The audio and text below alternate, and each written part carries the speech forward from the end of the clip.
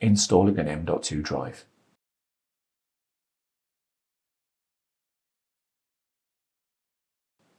Insert the M.2 drive into the M.2 connector at an angle of approximately 15 degrees. Slightly press the retainer to accommodate the M.2 drive. Press the M.2 drive down and make sure it is engaged securely by the retainer. For configurations with a drive cage, work through the following actions.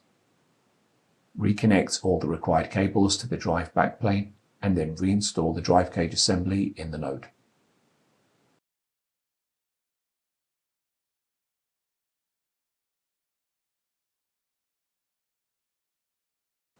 For configurations with a front OCP cage, work through the following actions. Reinstall the front OCP cage. Make sure that the OCP cable is connected to the system board and then route the OCP cable through the front air baffle and reinstall it on the front OCP cage with screws.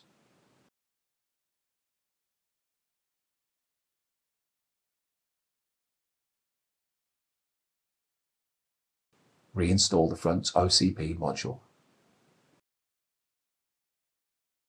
Make sure that all the required cables are routed and connected correctly, and then reinstall the top cover. Reinstall the node into the chassis.